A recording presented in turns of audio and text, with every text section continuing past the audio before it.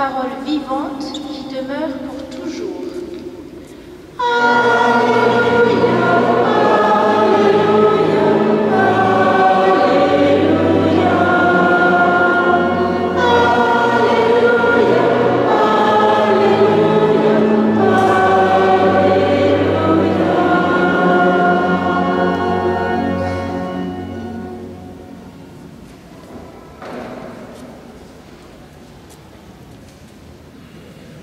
Le Seigneur soit avec vous. Évangile de Jésus-Christ selon saint Luc.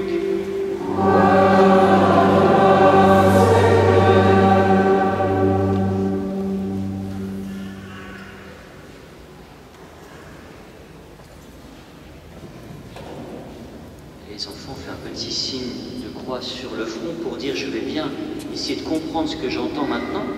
Petit signe de croix sur les bouches pour dire je le partage autour de moi, c'est cette bonne nouvelle que j'entends.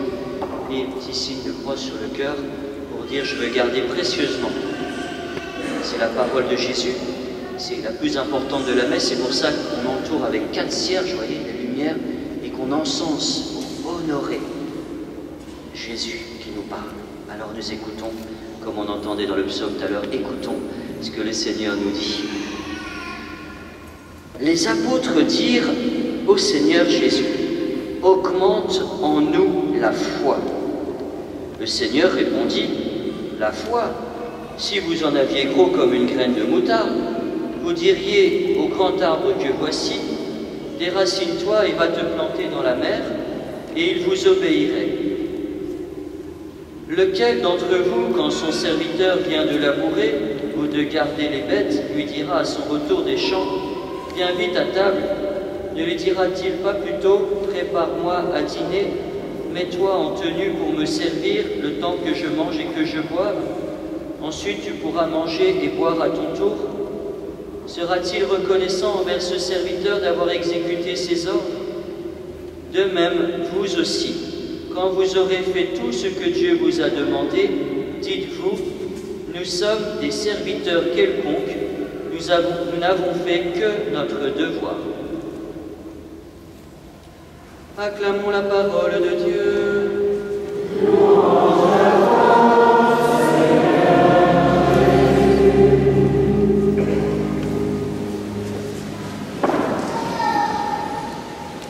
Alors je vais m'adresser, si vous le voulez bien, aux enfants, mais qu'ils puissent répondre à quelques petites questions. Les enfants, est-ce que vous avez entendu les 2 paroles les plus importantes de l'Évangile? C'est assez facile, je vous aide, c'est sur vos feuilles, c'est la première et la dernière. Alors la première phrase, qu'est-ce qu'elle nous dit dans l'Évangile?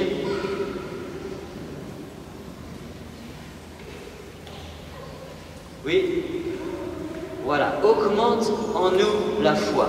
C'est une prière des disciples à Jésus. Et puis la dernière, qu'est-ce qu'elle dit la dernière? Oui. Voilà, nous sommes des serviteurs quelconques. Voilà les deux grands thèmes de l'Évangile d'aujourd'hui. Alors, on va parler un petit peu du premier déjà. Augmente en nous la foi. La foi, c'est vraiment une belle prière que celle des apôtres. Une prière importante, humble en même temps. Ils ne disent pas, on sait déjà tout, on sait ce que c'est la foi. Il est bon de faire cette prière souvent.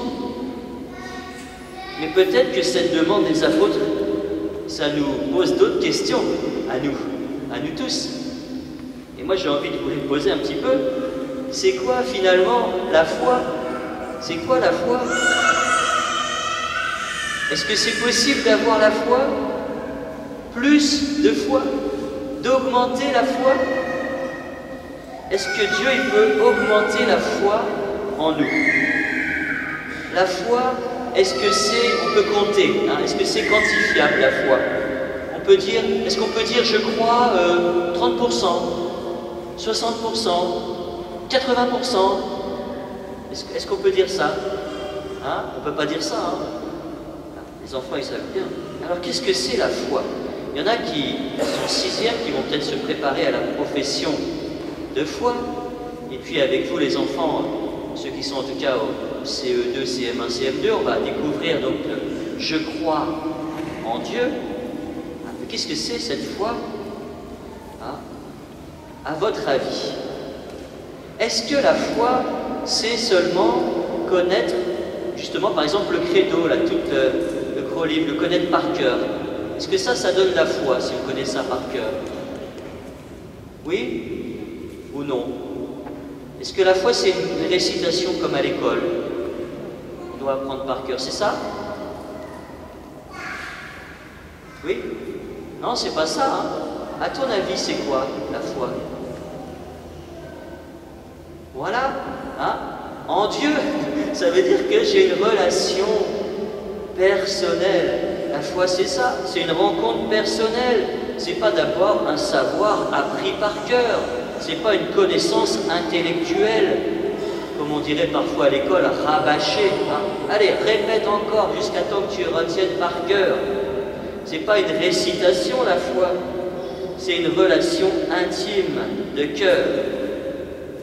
La foi, c'est aussi une conviction. Je suis convaincu, je suis sûr. Conviction déterminée. Alors, le mot, la foi, ça vient du verbe. Il n'y a pas de verbe foire, ça n'existe pas. C'est le verbe croire. Hein? C'est le verbe croire. Alors, le verbe croire, on le rencontre plein de fois. Par exemple, alors les enfants, par exemple, le verbe croire, c'est quand je dis je crois que. Je crois que, ça veut dire je pense que, peut-être, je pense, c'est possible. Ça, c'est pas la foi, d'accord? On n'est pas très sûr d'ailleurs quand on dit je pense que, je ne suis pas tout à fait sûr. Hein? Ensuite, des fois, vous déjà employé, on dit, par exemple, je te crois. Je te crois. Tu m'as dit ça? Oui, je te crois. Ça veut dire que je crois que tu dis la vérité. Ok? C'est déjà plus fort. Hein? C'est plus fort que je crois que. Je te crois, ça veut dire que je te fais confiance. Et puis après, des fois on dit je crois à. Je crois à la réalisation de ça. J'ai confiance que ça va bien se passer. Moi, je crois que cette messe avec toutes les familles, ça va bien se passer. Je crois à sa réussite. D'accord? J'ai confiance aussi. Et puis, encore un niveau au-dessus, c'est pas je crois à, c'est comme tu as dit tout à l'heure, c'est ce qui est marqué dans le credo, on va dire tout à l'heure, c'est je crois en. Je crois en toi. Alors là, c'est vraiment je te fais confiance. Et quand on dit je crois en, ça veut dire je crois dans une personne, dans son engagement, dans sa parole donnée. Je sais que je peux compter sur toi. Eh bien, c'est ça la foi, finalement, au sens fort. C'est je peux te faire confiance. C'est la même racine des enfants. Je pense que ceux qui ont déjà commencé le module de caté, vous avez déjà vu ça, hein, je crois. C'était le premier, la confiance que Pierre doit avoir à Jésus, Saint Pierre. J'ai confiance, je te fais confiance. Je peux compter sur toi. Je peux m'en remettre à toi. Tous des synonymes, vous voyez? Ça engage, ça, c'est beaucoup plus fort que juste oui, peut-être que ça va marcher. Hein? Eh bien, voilà, c'est ça la foi. Ça va? Première chose. Eh bien, à ça, on est invité à y répondre, à adhérer. Adhérer, c'est les adhésifs, c'est ce qui colle. La foi, ça doit nous attacher, bien nous coller. Voilà, il y en a là qu'on va utiliser tout à l'heure, du scotch. Ça, c'est une marque déposée, le scotch. Des adhésifs, des rubans adhésifs. On doit adhérer, être attaché, s'engager. Alors, peut-être il y a des plus petits là. Je sais que j'en ai vu à l'éveil à la foi, et j'ai été visiter les groupes, et les plus petits, ils ont parlé de quoi? Je vais répondre parce qu'ils ont peut-être peur de répondre. Ils ont parlé parce que bientôt on va fêter une grande fête, ça s'appelle la Toussaint. Et ils ont parlé des saints. Eh bien les saints, ou les apôtres, c'est grâce à eux qu'on reçoit la foi. des témoins qui ont vu Jésus ressuscité. Et c'est sur ça que va reposer notre foi, sur ceux qui ont vu, qui ont rencontré Jésus. Et c'était tellement extraordinaire, ça les a tellement bouleversés, que même après sa mort, quand ils avaient très très peur, quand il est ressuscité, c'est vraiment qu'il est ressuscité, sinon il serait parti, il se serait enfui en courant, hein, pour ne pas être à mort. D'ailleurs, c'est ce qu'ils ont fait au début, ils se sont cachés pour pas qu'on les rattrape. Et quand Jésus est ressuscité, alors ça y est, ils l'ont vu, alors ils sont partis partout, ils ont dit, oui, nous sommes croyants, nous connaissons Jésus. Et comment on l'a su? Dans l'Évangile, et puis aussi, ils ont écrit un beau texte qui s'appelle justement symbole, credo des apôtres, des premiers chrétiens. Alors, comment on peut connaître la foi? Eh bien, en lisant l'Évangile, ceux qui ont vu, qui ont rencontré, et puis pas tout seul, avec toute l'Église, avec les apôtres, et puis qui se sont transmis cette foi depuis 2000 ans, les martyrs, les saints. Hein, on voit bien qu'ils étaient attachés à Jésus, pas seulement à un beau texte, pas seulement à une poésie, pas seulement à une récitation, pas seulement à un théorème, comme on fait en maths, un truc à connaître par cœur. Voilà. Et ça est venu jusqu'à nous. Alors nous sommes invités aujourd'hui à cette relation de foi. Ça va? Je pense que c'était pas trop compliqué ça. Deuxième chose, rapidement parce qu'il est déjà tard, deuxième chose, c'était la phrase « Nous sommes des serviteurs quelconques ». Voilà. Alors peut-être que nous sommes surpris, déroutés, voire choqués par la deuxième partie de l'Évangile. Peut-être qu'on se dit, dis donc, pourquoi Jésus dit qu'on est des serviteurs, même presque inutiles, hein? Bon, c'est pas très sympa. Est-ce que c'est pas un peu contraire à l'Évangile, ça, ou simplement humainement, on aurait besoin un serviteur, il a besoin de la reconnaissance quand même de son maître, hein? C'est plus juste quand même, surtout quand il vient de travailler toute la journée, et au lieu de se reposer, le maître il dit, faut encore que tu travailles. Hein? Voilà. Alors, Jésus ne donne pas ici un enseignement sur l'attitude de Dieu à notre égard, ni sur le comportement des hommes les uns envers les autres. Mais c'est une parabole de ce qu'on voit déjà autour de nous, hein, de nos jours. Est-ce que le conseil d'administration d'une grande entreprise va habituellement remercier personnellement les ouvriers? Ou bien est-ce qu'on a tout le temps, à chaque fois, des remerciements? C'est pas obligatoire. Mais c'est pas la pointe du texte. La pointe du texte, c'est que la parabole, elle s'adresse à nous. Et même si on a fait tout ce que Dieu attend de nous, on n'a pas de droit sur lui. Ce n'est pas nous qui faisons la grâce à Dieu de notre service. Ce n'est pas nous qui disons « Hey Seigneur, regarde, j'ai fait plein de trucs pour toi ».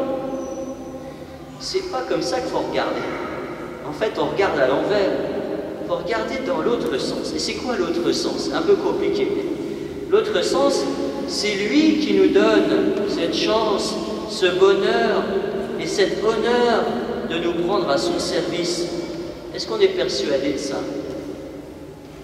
Je réexplique ça. Parce que nous, on a toujours envie d'être reconnus, récompensés, etc. C'est formidable. Vous imaginez, on va dire n'importe quoi, le plus grand personnage du monde.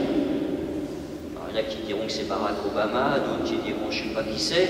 Bon, en tout cas, le plus important. Hein, il dit, hein, il arrive par exemple à Chalon, et puis, vous êtes tous là, il se promène, puis il dit, tiens toi là, je t'ai repéré, super, viens travailler à la Maison Blanche avec moi. Waouh! Tu te dirais, ouais, je peux, hein? Les jeunes diraient, je me la pète, quoi. Super! Parce qu'il m'a choisi, il y en avait 200 qui étaient là, il m'a choisi moi. Et puis maintenant, je vais être à son service de ce plus grand personnage. Et ça, c'est que Barack Obama. Si c'est le Seigneur qui vous dit, allez viens, je t'ai repéré, c'est génial, viens à mon service. Qu'est-ce qu'on devrait être fiers, heureux, hein? On regarderait même les autres en disant, tu vois, regarde, moi, choisi quoi. on ne serait pas en train de dire, mais pourquoi il ne me récompense pas, quoi? La plus belle récompense, c'est d'avoir été choisi, d'avoir été avec lui. Et quand je dis avoir été choisi, c'est pas devenir prêtre ou machin. On est tous choisis et baptisés. Il nous a repérés. C'est formidable. C'est gratuit. C'est gratuit. On dira pendant la messe tout à l'heure, tu nous as choisis pour servir en ta présence. C'est pas une phrase déprimée, ça. C'est une phrase d'action de grâce. On remercie. Bon. Alors, je termine. Conséquences pratiques. Oui, pardon, j'ai oublié de dire que Dieu, il n'a pas besoin de nous. Il n'a pas besoin. Il n'a pas besoin de serviteurs. Il pourrait le faire tout seul. Mais pourquoi il nous choisit? Parce qu'il nous aime et qu'il aime avoir besoin de nous. Il fait semblant, enfin, c'est pas qu'il fait semblant. Il aime qu'on soit avec lui, quoi. Alors, conséquences pratiques, nous sommes invités à ne pas mesurer notre temps, à ne pas compter. Vous savez, on ne compte pas quand on aime. Hein. Quand on aime, on ne compte pas. Accepter les imprévus, les dérangements. Accepter d'être l'instrument désintéressé du Seigneur. Oh là là, c'est pas dans l'air du temps, ça. Désintéressé, on les aime bien, les intérêts. Hein. Renoncer à ses droits. Et puis là, je peux poser peut-être la question aux enfants. Pas poser beaucoup de questions finalement. Qui c'est le véritable serviteur? Hein? C'est nous le serviteur. En fait, qui c'est le vrai serviteur? Gabriel. Pas Gabriel là, il y en a un autre. Bah, c'est Jésus. C'est Jésus qui s'est mis à notre service. Alors, lui n'a pas revendiqué. Hein. Il n'est pas manifesté dans la rue, je veux des droits. Reconnaissez-moi. Il n'a pas dit, ouais, donnez-moi des choses. Jésus s'est donné sans compter, sans limite, jusqu'au bout, sans reconnaissance de notre part. Et souvent, on est bien ingrat avec lui, hein, bien ingrat. Ceux qui connaissent par Elmonia, le message du cœur de Jésus, il dit, bien des ingratitudes. C'est le contraire de la gratitude, ceux qui se remercient. Voilà. Alors finalement, ce service, est-ce que ce ne serait pas une manière de mettre en pratique, justement, je boucle la boucle, mettre en pratique notre foi, une foi active, de manifester à notre Dieu notre attachement gratuit à lui. Alors voilà, c'est la conclusion. Finalement, à quoi nous sommes invités aujourd'hui? Vous avez retenu certainement les enfants, c'est pas trop compliqué, ces deux phrases. Augmentons-nous la foi. Le Seigneur, il veut augmenter en nous, afin de nous aider. Et comment on peut faire? Eh bien, en la vivant, cette foi, en s'engageant dans un service gratuit, désintéressé, actif, comme Jésus. Amen.